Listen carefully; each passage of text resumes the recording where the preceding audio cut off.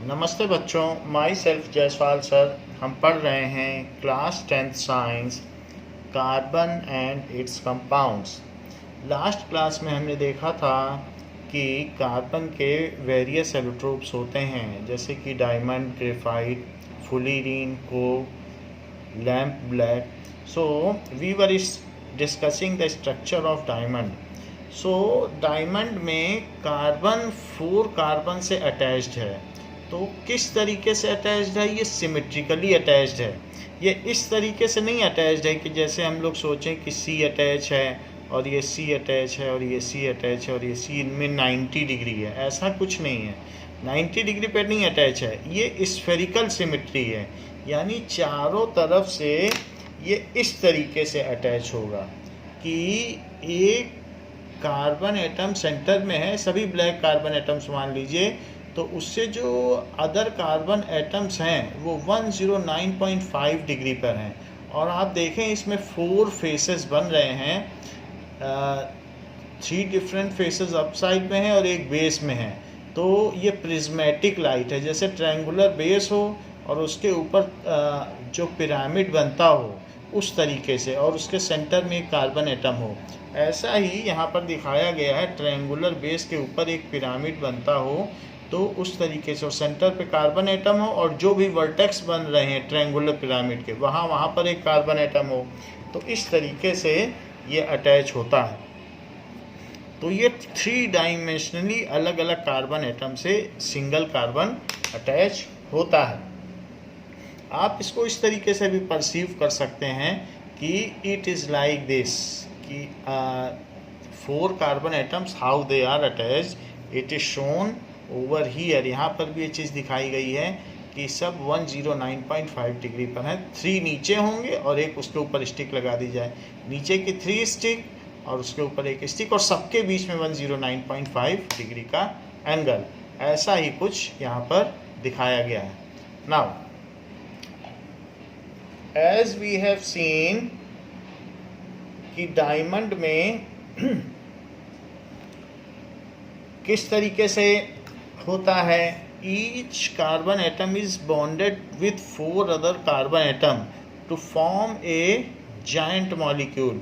और इसी तरीके से एक पूरा स्ट्रक्चर क्रिएट हो जाता है in which all carbon atoms are linked with each other. वे सभी एक दूसरे से लिंक्ड होते हैं। Now in this way they form a 3 dimensional lattice. It is crystalline in structure. ये कैसा होगा? It is crystalline in nature.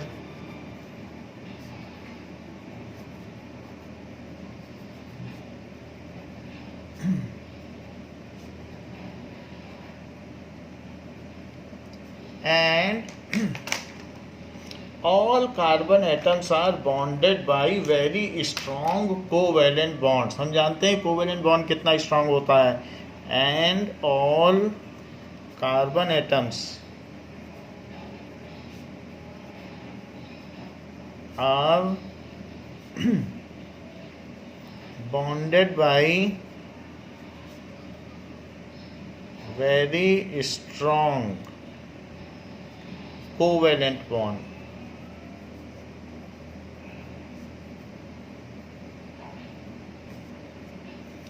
Now the diamond crystal is a network of covalent bond। क्योंकि सब इस तरीके से जुड़े हैं तो हम ये कह सकते हैं कि it is a network of covalent bond। Let us draw the structure of diamond first। सबसे पहले हम सिंगल कार्बन एटम लेंगे और उसके चारों तरफ 4 कार्बन एटम उससे अटैच कर देंगे।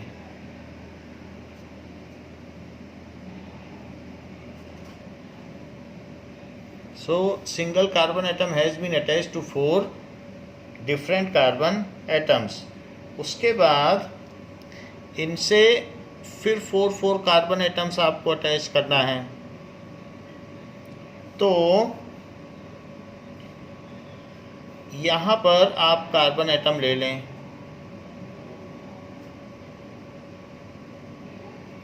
आफ्टर दैट इस कार्बन एटम से फिर 4 कार्बन एटम अटैच करें।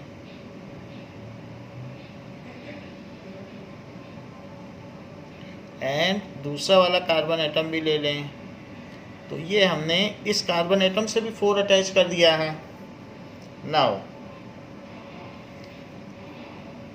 वी विल, इससे भी 4 अटैच करना है, तो इसको तो इससे कनेक्ट कर ही दें और इससे एक दूसरा कार्बन भी अटैच कर दें एंड इससे एक और भी कार्बन अटैच कर दें।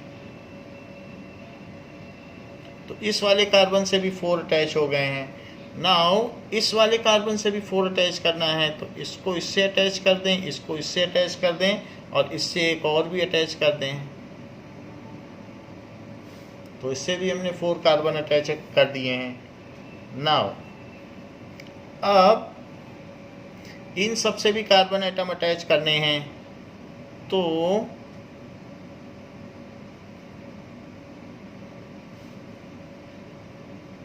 जो भी कार्बन है उन सब से 4 कार्बन एटम अटैच होंगे।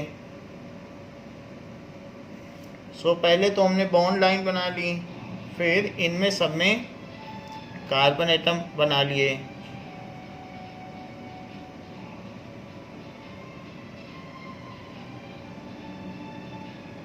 ये अब देखिए यहाँ पर इन सब से हमें 4 कार्बन एटम अटैच करने हैं।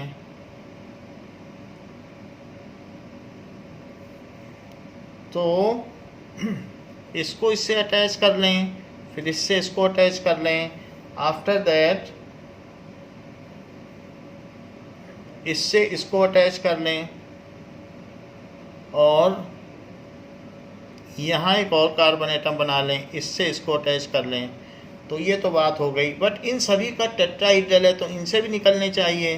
तो इससे लाइन ले लें और इन सभी में कार्बन एटम बना लें। नाउ इस वाले कार्बन से 2 कार्बन अटैच कर लें और इससे एक और लाइन बना लें जिससे कि इसके लिए 4 कार्बन एटम हो जाए। आफ्टर दैट इससे इसको अटैच करें, इससे इसको अटैच करें और इससे एक फिर कार्बन एटम बना लें और इन दोनों से इसको अटैच करें। नाउ यहाँ से भी आप एक अलग से कार्बन एटम बना लें। तो ये चीज़ है। Now in this way we have drawn the structure of diamond, the basic structure of diamond हमने ड्रॉ कर लिया है। so structure of डायमंड, इसको आप एक्सटेंड कर सकते हो, फिर इसके आगे और भी होगा और ऊपर जाएगा। ये चारों डायमेंशन में है, तो हमने बेसिक स्ट्रक्चर अगर आपको बनाना है तो आप ऐसे बना सकते हो। So let us see the property of diamond. एक तो सब सारे एक दूसरे से जुड़े हुए हैं, so it forms bonded to each other, each carbon atom is bonded to each other by a network of covalent bond. It is a network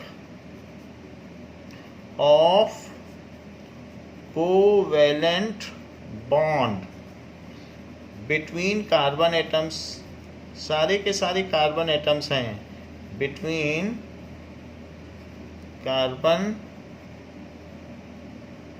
atoms and it is the hardest substance in nature. It is hardest substance in nature.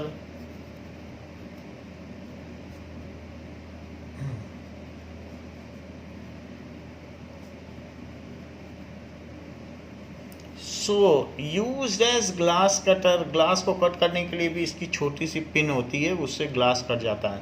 सो छोटी सी tip चाहिए diamond की।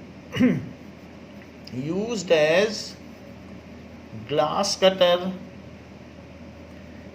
And abrasive, sand paper के तौर पर भी इस्तेमाल होता है, that is abrasive.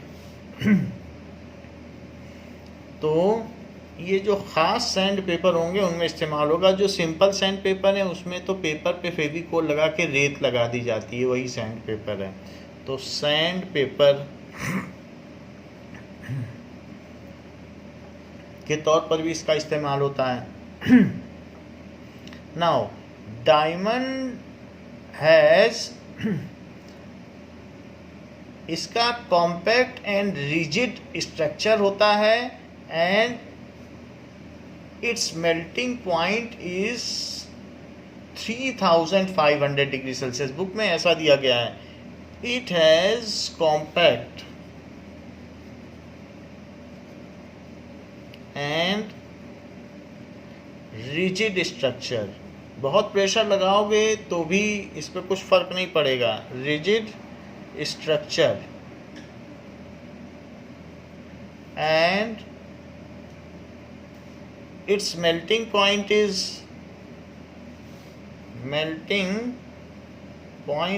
3500 degrees Celsius. Now, due to high refractive index, due to high refractive index,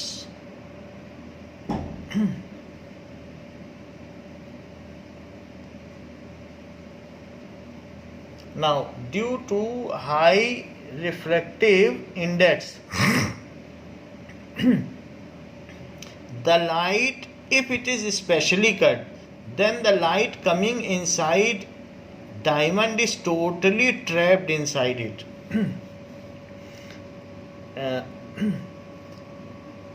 If it is specially, इसको स्पेशल तरीके से कट किया जाए, then the light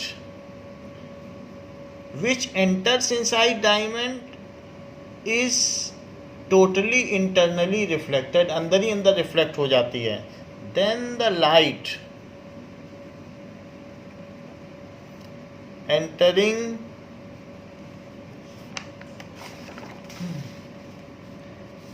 inside it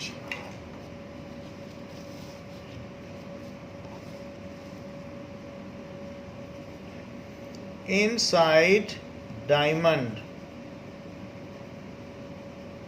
is totally internally reflected.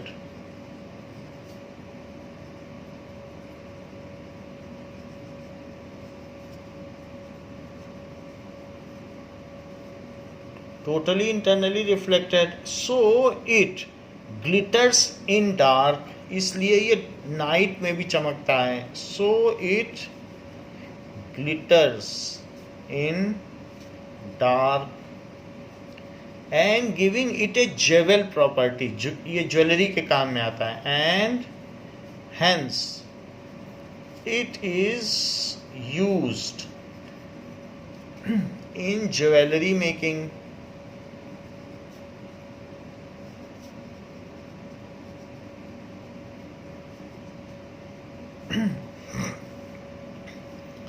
Diamond में आप ये देखेंगे carbon totally covalent network से जुड़ा हुआ है। So it is bad conductor of electricity, it is bad conductor of electricity. So इसमें free, due to absence of free electrons, इसमें कोई फ्री इलेक्ट्रॉन नहीं है। जो 4 वैलेंस इलेक्ट्रॉन है वो कोवेलेंटली बॉन्डेड है। So due to absence of free electron, so the bond angle between carbon carbon carbon, तो वो कितना होता है? bond एंगल बिटवीन कार्बन से कार्बन तक का बॉन्ड एंगल इज 109.5 डिग्री, इतना होता है। और जो कार्बन से कार्बन के बीच की बॉन्ड लेंथ होती है दो कार्बन के बीच की, तो 154 पिकोमीटर होती है। And bond length of carbon atom is 154 picometre. Picometre का क्या मतलब होता है कि 154 इंटू 10⁻⁻12 मीटर। तो इस तरीके से ये इसका स्ट्रक्चर हो गया। नाउ ये तो बात हो गई इसके स्ट्रक्चर की। तो हम इसका जो भी अरेंजमेंट है कार्बन का, तो वो हम कह सकते हैं it has a orderly arrangement of carbon atoms. It has orderly arrangement of carbon atoms which are its constituent particles। Carbon atom ही तो इसके constituent particles हैं, which are its constituent particles।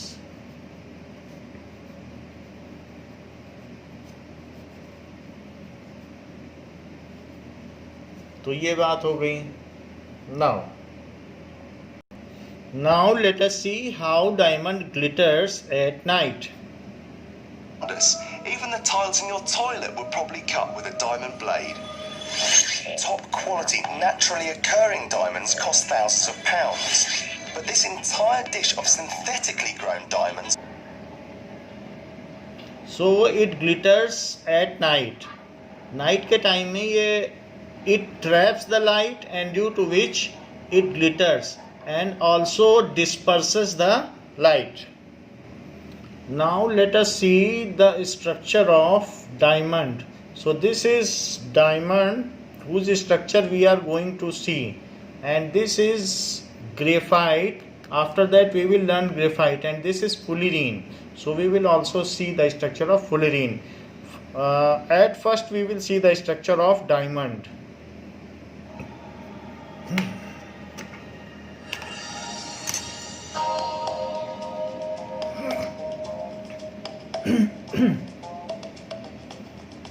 The first allotrope of carbon we will discuss is diamond. In the diamond structure, each carbon atom is connected to 4 other carbon atoms in a tetrahedral arrangement. 3 such tetrahedra are joined to form a puckered 6-membered ring as shown here. This is capped by a 4th tetrahedron to form a structure that is itself a larger tetrahedron. Here we zoom in to focus on this tetrahedron.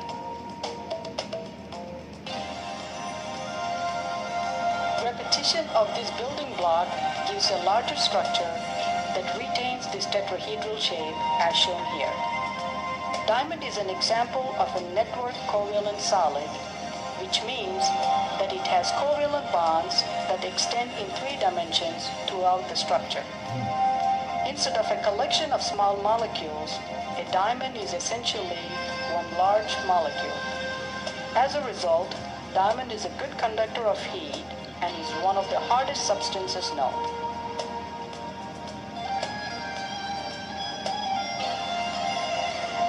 So it is non-conductor of electricity। Electricity conduct नहीं करता है। Here we show the same 4 tetrahedra as in the last example, but inscribed inside the 4 opposite corners of a cube. This generates the same tetrahedron as shown before, only inscribed inside a cube.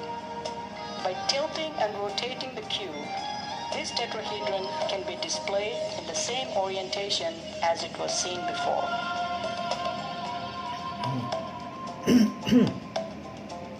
Repetition of this cube also generates the diamond structure, but from the cubic perspective. Here we generate a larger scale model of the diamond structure by stacking this unit cell into an array that is 3 cells wide, 3 cells deep, and 3 cells high.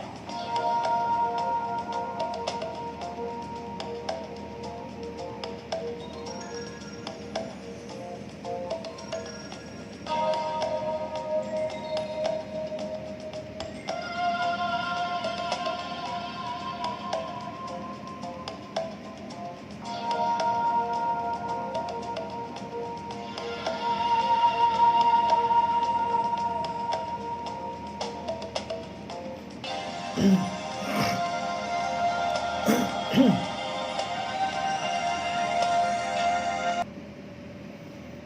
we have seen that diamond is singly bonded. Carbon-carbon single bonds occur. Let us now switch over to other allotrope of carbon, that is graphite. So graphite, it has layered hexagonal structure. It has layered hexagonal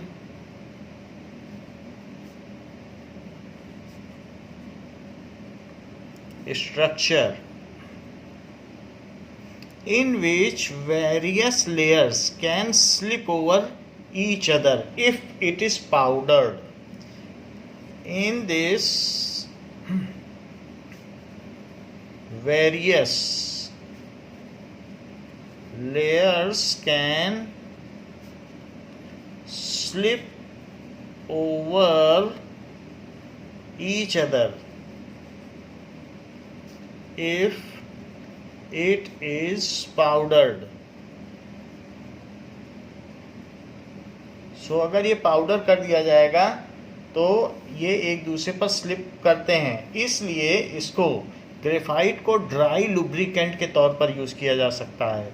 so it is used as dry lubricant in high speed running machines. So जो high speed running machines हैं उनमें इसको dry lubricant की तरह इस्तेमाल किया जा सकता है. So in high speed running machine, क्योंकि ये स्लिप करता है, इसका जो पाउडर है वो भी आपस में स्लिप करता है, जैसे बोरिक पाउडर होता है कैरम बोर्ड में डाला जाता है, उसी तरीके से ये भी high speed running machine. As it also has high melting point, तो वहाँ ये मेल्ट नहीं करता और अच्छा लुब्रिकेंट का काम करता है.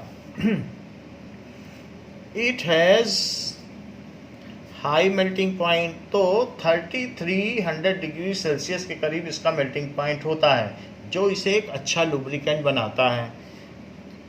As it has high melting point, so it is suitable as lubricant. As lubricant, तो इसके जो ग्रेफाइट के स्ट्रक्चर्स हैं उनमें हेक्सागोनल स्ट्रक्चर आपस में एक दूसरे के ऊपर लेयर्ड होता है, जैसे कि इस तरीके से देखा जाए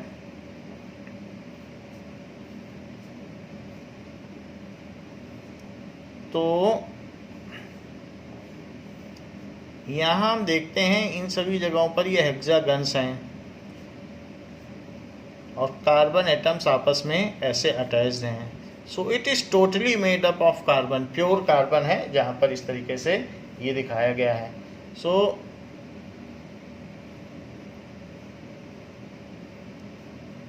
in this way carbons are attached to each other and there exist alternate single and double bond. तो conjugated bond system होता है इसमें, क्योंकि टेट्रावैलेंसी तो पूरी होनी होगी, तो इसलिए इसमें conjugated bond system होगा. सो अब वो एक बॉन्ड इसमें इधर होगा, बाकी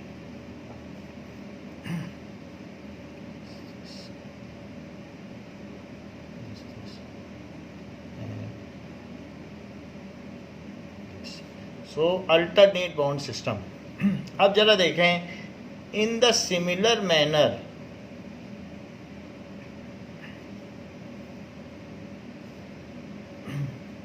सो इस कार्बन पे जो बॉन्ड होगा टेट्रावेलेंट वो यहाँ पर होगा, उसको हम नहीं दिखा रहे हैं. Now the next layer just overlaps this, तो नेक्स्ट लेयर इसके ठीक ऊपर रहे, इसके बिलो रहेगी, तो वो ऐसी होगी। सो डिफरेंट लेयर्स आपस में एक दूसरे पर स्लिप करती हैं, क्योंकि जहाँ डबल बॉन्ड है वहाँ इलेक्ट्रॉन डेंसिटी ज़्यादा होती है, क्योंकि दो दो इलेक्ट्रॉनों का वहाँ पर आपस में ओवरलैपिंग होती है, तो इस वजह से वो लेयर्स आपस में स्लिप करती है। इसके ऊपर ये वाली लेयर आएगी, और जैसे इसे आप कह दें ए बी सी, तो ए के ऊपर ठीक ये वाली आएगी। ये एक दूसरे के नीचे हैं, तो एक लेयर और फिर उसके नीचे दूसरी लेयर, ए बी सी, तो सब कुछ बी के नीचे बी आ जाएगी, सी के नीचे ये वाली आएगी। नाउ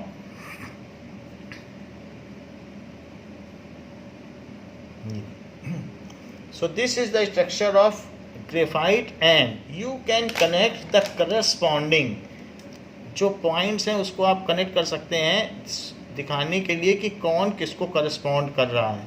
तो ये पॉइंट इसको करस्पॉन्ड करता है, इसी तरीके से ये पॉइंट इसको करस्पॉन्ड करता है। सो वेरियस पॉइंट, जैसे ए है तो उसका करस्पॉन्डिंग पॉइंट ये है, एंड इसी तरीके से इसका करस्पॉन्डिंग पॉइंट ये है। So different points are having their own correspondence. So ये सी के लिए ये वाला हो गया। सो ऐसे आप इसमें ड्रॉ कर सकते हैं। नाउ इस वाले के लिए ये वाला करस्पॉन्डिंग पॉइंट हो गया। So it has layered structure.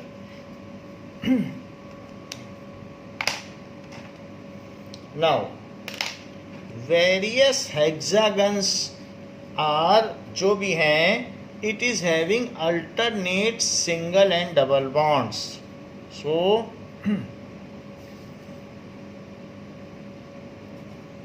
various hexagons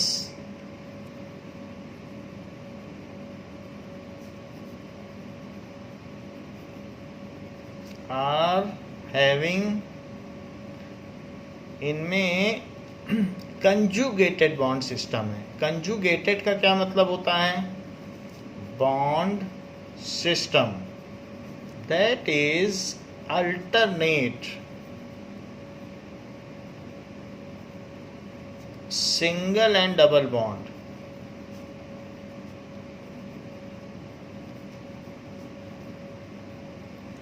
और जहाँ जहाँ डबल बॉन्ड है वहाँ इलेक्ट्रॉन डेंसिटी ज़्यादा है।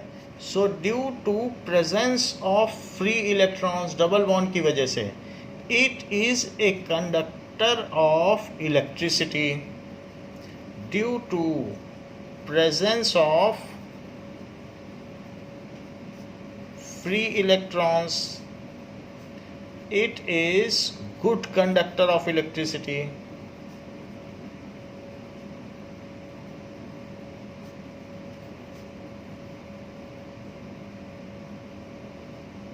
So used as electrodes in electrolysis, used as electrodes in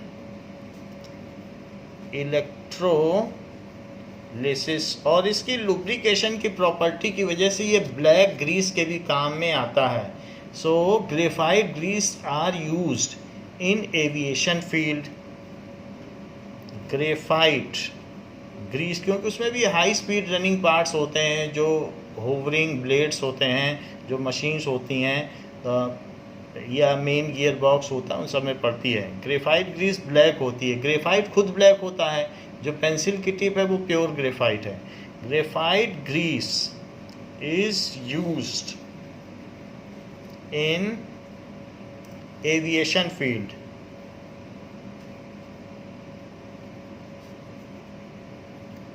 It is also used for writing purpose in pencil tips. It is also used for writing purpose. Purpose के तौर पर भी इसका ये जो भी है राइटिंग पर्पस के लिए भी होता है। So these are the various purposes. Now it is usually mixed with clay, तो क्ले के साथ भी इसकी मिक्सिंग की जाती है और लुब्रिकेंट ऑयल के साथ भी इसकी मिक्सिंग की जाती है. So these are the various uses of graphite. Let us see the structure of graphite by video. Now let us see the structure of layered structure of graphite. Graphite is quite different from diamond and lenstalite. In the graphite structure, each carbon is connected to only 3 atoms. Since carbon must always form 4 bonds, one of the 3 bonds must be a double. Each carbon is connected to only 3 atoms. तो यहाँ आप देख रहे हैं कि पहले जहाँ diamond में 4 से कनेक्टेड था, यहाँ 3 से कनेक्टेड है, इसीलिए 1 बॉन्ड डबल बॉन्ड होना पड़ रहा है जिससे कि उसकी 4 वैलेंसी फुलफिल हो जाए. सो 1 इज डबल बॉन्ड. आप किसी भी कार्बन को देख लें तो इसका 2 डबल, यहाँ पर 2 बॉन्ड्स, यहाँ है 3 बॉन्ड और ये 4 बॉन्ड. तो 4 बॉन्ड तो चाहिए कार्बन को अपना ऑक्टेट पूरा करने के लिए. इसलिए though it is connected to 3 carbon atoms, but one of them is a double bond.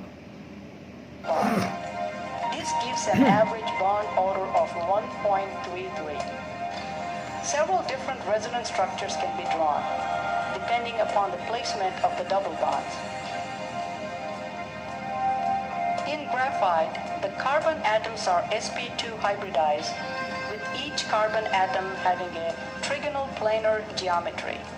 Trigonal planar geometry के तरीके से बताया गया है. Six-membered ring that extends indefinitely in 2 dimensions. The structure of graphite consists of layers of these infinite sheets stacked one on top of another. The layers do not lie immediately on top of one another. Top of नहीं है, आप देखिए दूसरी layer इस तरीके से बीच में है, जस्ट अबव नहीं है. These layers are stacked from the side. So in mid of this, जो अपर लेयर है वो इसके मिड में है. Alternating layers are equivalent. Alternating layers are equivalent. The gray cylinders connecting like layers are for illustration only. There is It no is for actual illustration. bonding. ये कोई इनका connection नहीं है. Graphite is therefore said to be a 2-dimensional network covalent solid, as the chemical bonding only occurs in 2 dimensions. सो ये layered structure है जिसमें उसके just above की लेयर जस्ट उसके ऊपर लाई नहीं करती बल्कि उसके सेंटर पे लाई करती है. Now here you can perceive that how the different layers are not lying over each other. जैसे कि अगर एक ये हेक्सागन है and this is the bottom most layer. So bottom most layer हमने बना दी and each carbon atom is bonded to next 3 carbon atoms. तो इस तरीके से it is extended in 2 dimension. This is extended in 2 dimension. तो जो next layer होगी तो वो इस तरीके से यहाँ पर होगी कि now let us extend it more. इसको थोड़ा सा और एक्सटेंड कर दें.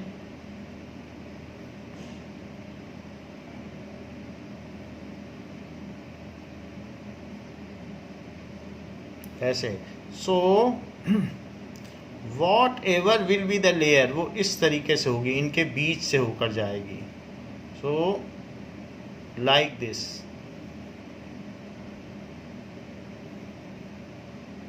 एंड ऐसे.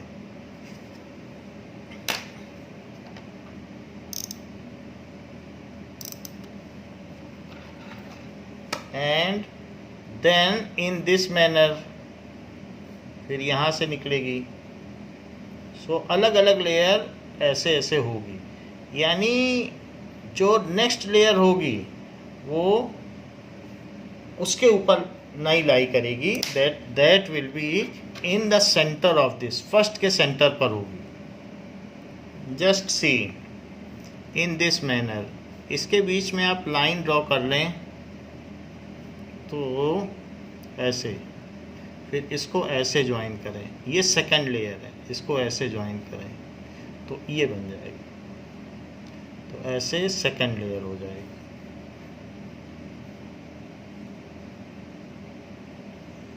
सो आप ये देख रहे हैं कि जो फर्स्ट और सेकंड लेयर है वो एक दूसरे से अलाइन नहीं कर रही है, वो अलग जा रही है। नाउ दिस इज, एंड उसके बाद जो अल्टरनेट लेयर होगी दैट विल गेट अलाइंड। तो ये सेकंड लेयर फर्स्ट लेयर को अलाइन नहीं करती है। सो ए बी टाइप स्ट्रक्चर है इसका। तो जो बी लेयर है वो ए पर अलाइन नहीं है, अगर अलाइंड होती तो ए टाइप स्ट्रक्चर होता, लेकिन जो थर्ड लेयर होगी that will be aligned over it. So इस तरीके से ये स्ट्रक्चर होगा। नाउ जब हम किसी पेंसिल से लिखते हैं, now we are writing with pencil, if we are moving pencil over something, तो होता क्या है कि इसमें से लेयर बाय लेयर निकलती रहती है और इसमें चिपकती रहती है ड्यू टू एडहेसिव प्रॉपर्टीज़। तो इसमें लेयर्स हैं, जैसे ताश के पत्ते को आप खोलो तो कैसे खुलता चला जाता है पूरी गड्डी का, वैसे इसमें से जब हम लिखते हैं तो different layers get stick on the paper. इससे भी पता चलता है कि ग्रेफाइट का लेयर्ड स्ट्रक्चर है। आप पैक ऑफ कार्ड्स को ऐसे फैलाइए धीरे धीरे तो फैलता चला जाएगा। तो वैसे ये भी ऑर्गेनिक है, ग्रेफाइट भी कार्बन है और पेपर भी सेलुलोज है, तो दोनों एक दूसरे में अच्छी बॉन्डिंग कर लेते हैं। तो इससे निकलने वाला ग्रेफाइट इस कॉपी पे चिपक जाता है। और इरेज़र भी ऑर्गेनिक है, जिससे हम मिटाते हैं तो वो उसमें सॉल्युबल है, इसलिए वो उसको रब कर देता है। तो इस तरीके से हमने ग्रेफाइट की प्रॉपर्टीज़ देखी। Now we will see the properties of buckminsterfullerene. Buckminsterfullerene is another allotrope of carbon. So buckminsterfullerene ये जो कुछ साल पहले आया है,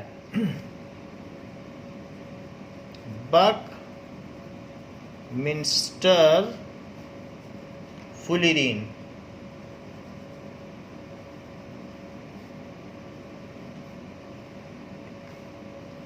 it is allotrope of carbon containing 60 carbon atom joined together to form spherical molecule. It is allotrope of carbon containing cluster of, cluster का मतलब झुंड होता है, cluster of 60 carbon atoms, 60 carbon atom joined together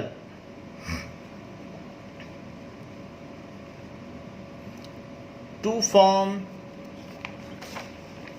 spherical molecule, to form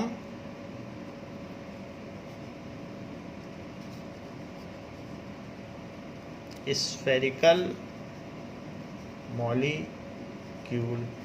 It is also found as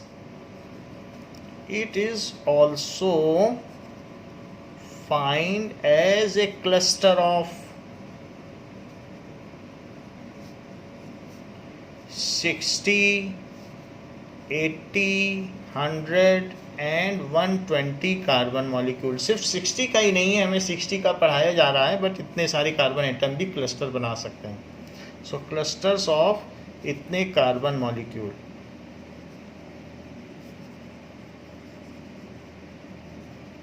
now जब ये C60, हम अभी C60 वाला पढ़ रहे हैं, तो C60 वाला, सो C60 इसको कैसे पढ़ा जाएगा? C60 फुल्लेरीन। बकमिंस्टर तो एक साइंटिस्ट का नाम है, otherwise fullerene. So fullerene has a football like structure, has football like structure.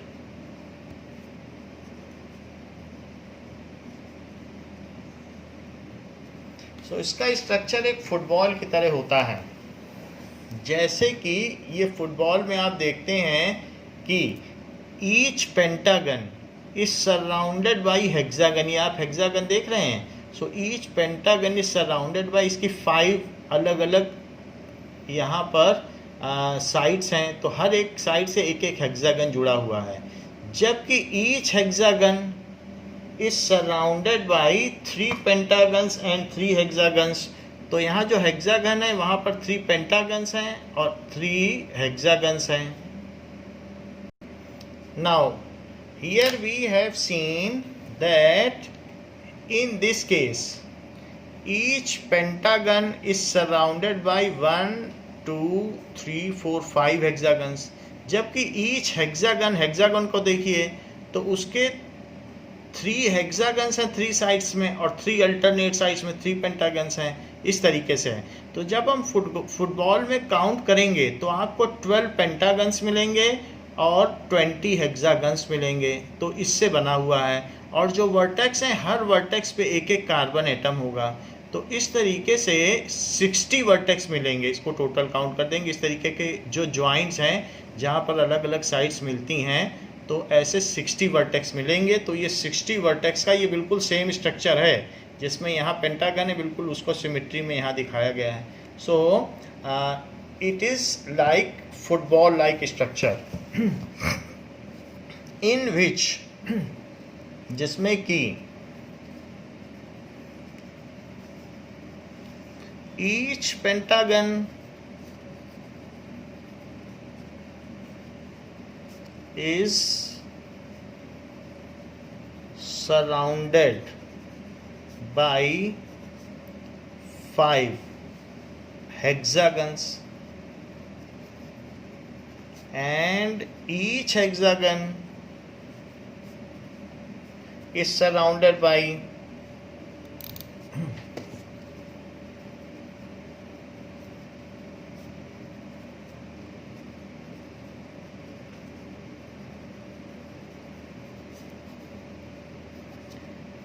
3 pentagons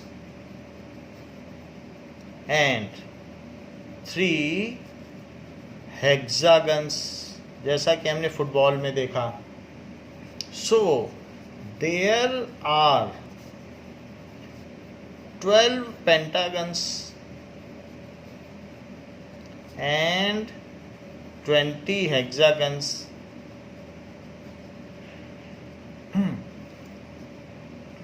It contains 60 vertices, each occupied by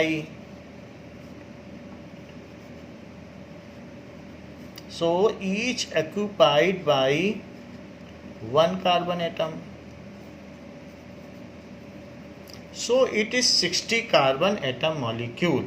So it is 60 carbon atom hollow structure, hollow spherical molecule. It is prepared by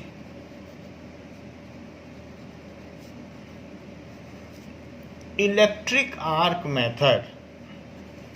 Electric arc method.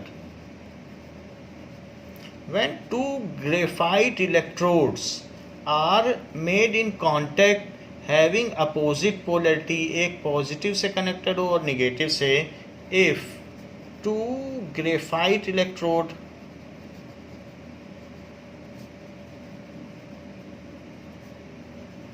of जो भी है opposite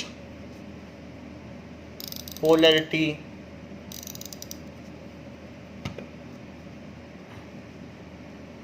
opposite polarity का मतलब एक cathode हो तो दूसरा anode. Opposite polarity are touched, उनको जब टच करेंगे तो उनमें आर्क निकलेगी।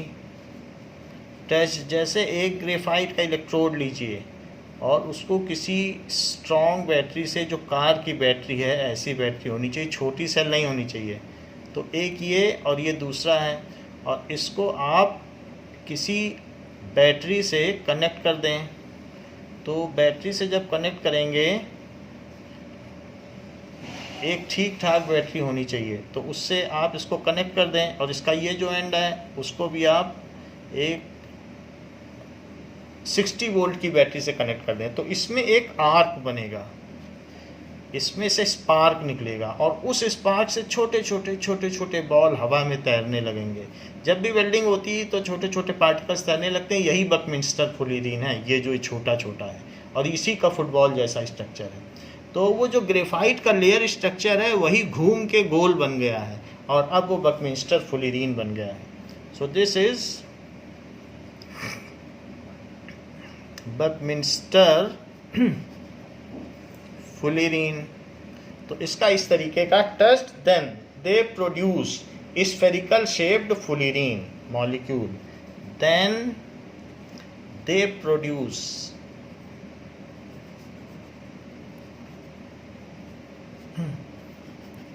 spherical shaped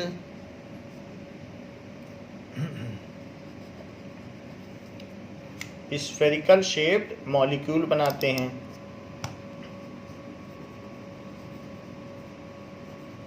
तो ये जो फुटबॉल का स्ट्रक्चर है ये भी कोई ऐसे नहीं आया है, ये एक डोम का स्ट्रक्चर है, जियोडेसिक डोम, जो कि बकमिंस्टर फुलर ने बनाया था। ये एक डिज़ाइन है यूएस के आर्किटेक्ट, उन्होंने एक मॉल के ऊपर इस तरीके का ऑडिटोरियम के ऊपर डिज़ाइन बनाया था, उसी से फिर फुटबॉल का स्ट्रक्चर लिया गया। और चूँकि इस फुलिरीन का स्ट्रक्चर भी उसी तरीके से है तो उन्हीं के नाम पे जिन्होंने फुटबॉल का स्ट्रक्चर बनाया, बकमिंस्टर फुलर, तो उन्होंने फुटबॉल का स्ट्रक्चर नहीं बनाया, उन्होंने एक यूएस का ऑडिटोरियम था तो उसके ऊपर एक डिज़ाइन बनाया। उसका जो ऊपर का कैनोपी है या जो गुंबद है तो उसके ऊपर की कैनोपी को जिस डिज़ाइन में बनाया, जिस ज्योमेट्रिकल डिज़ाइन में बनाया, that was copied by the football maker. तो that geodesic design is similar to fullerene, so fullerene is also known as Buckminster fullerene. Now as it looks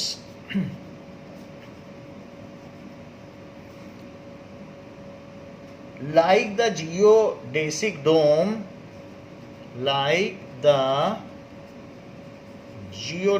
dome,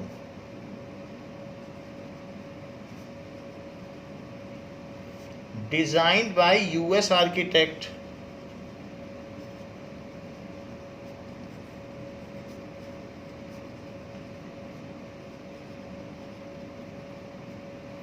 Buckminster Fuller.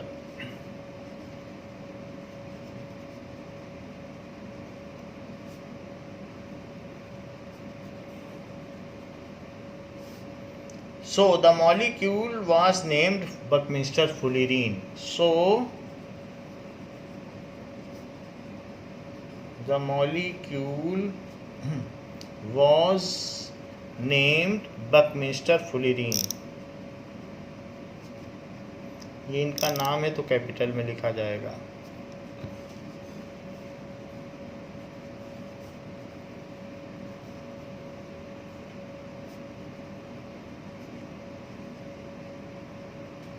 इसका कोई application नहीं है, ये एक synthetic molecule है जिसके बारे में ये बताया गया है। नाउ अब आप चाहें तो इसका जब स्ट्रक्चर बनाएं तो एज ए फुटबॉल शेप्ड भी बना सकते हैं कि फुटबॉल बना लिया, नहीं तो दूसरी तरीके से भी बना सकते हैं। सो फुटबॉल के केस में आपको पहले पेंटागन लेना होगा and after that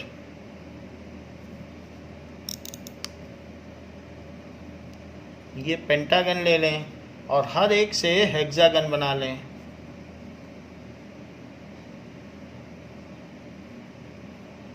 her side से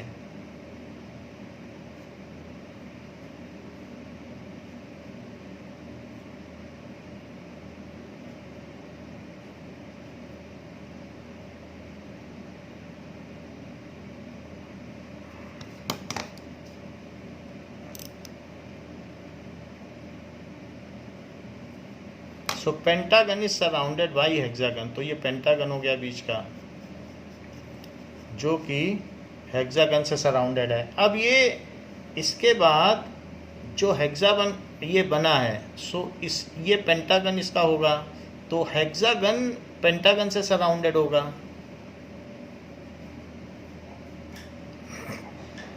अल्टरनेटली तो यहाँ पर दीज आर द पेंटागन्स, फिर वो पेंटागन्स फिर हेक्सागन से सराउंडेड होंगे। जो भी पेंटागन है उनका हेक्सागन होगा। इस तरीके से आपको बनाना है।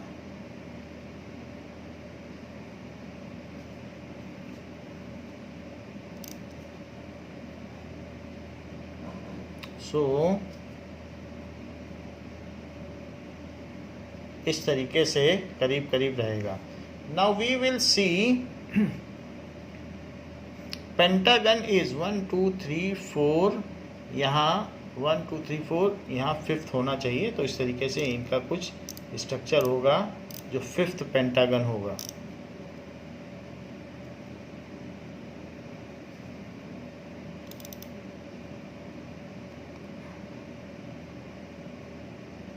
ऐसे ना अब हम देखेंगे कि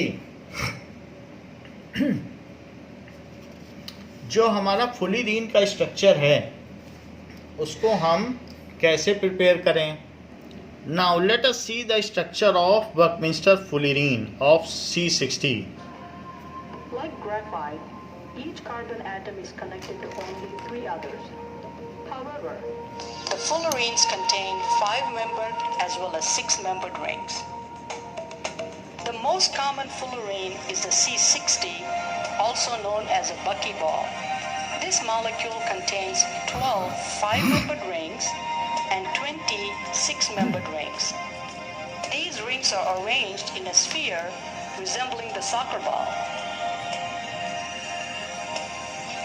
Many other fullerenes are known. The next most common example is C70, which is a stretched C60 molecule. Other examples include C180 and C240, both of which are spherical. Now let us see how can we draw the structure of Buckminster fullerene. Initially draw a pentagon.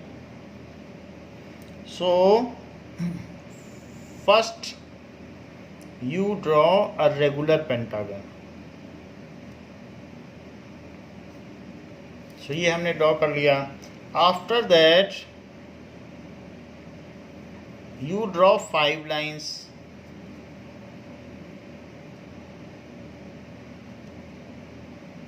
इस तरीके से 5 line आप draw कर लें और 5 line draw करने के बाद इस पर भी डॉट लगा लें।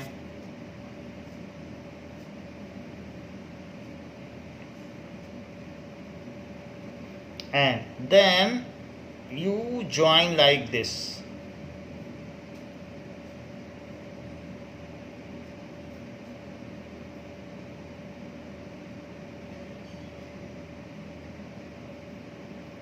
So hexagon बना लिया हमने. So we have joined.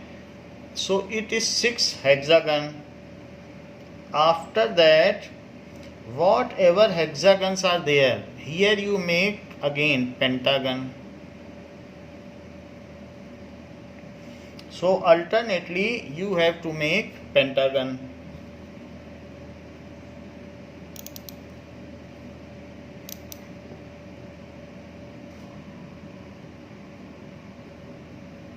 So this is the pentagon we have drawn. And again one alternately, छोड़कर यहाँ भी pentagon बना लीजिए. So we have drawn pentagon. Here again you draw a pentagon. थोड़ा सा इसमें डिप्रेशन दे दें.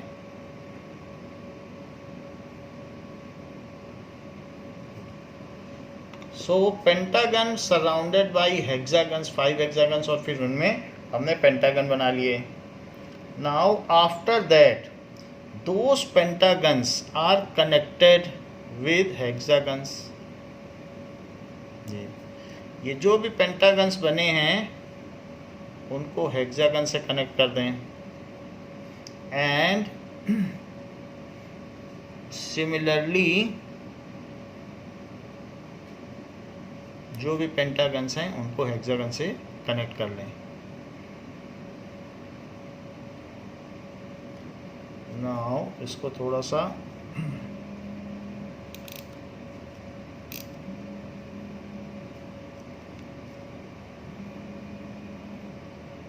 ये भी हेक्सागन से कनेक्ट कर लिया एंड नाउ तो यहाँ पर भी इसी तरीके से हेक्सागन बन जाएगा। तो ये एक बकी बॉल बन गई। तो उसी तरीके से बाकी आप इसको कंप्लीट कर सकते हैं जो स्ट्रक्चर है। So this is in the similar manner. तो बच्चों इस क्लास के लिए इतना ही। इसके आगे हम नेक्स्ट क्लास में देखेंगे। Thank you.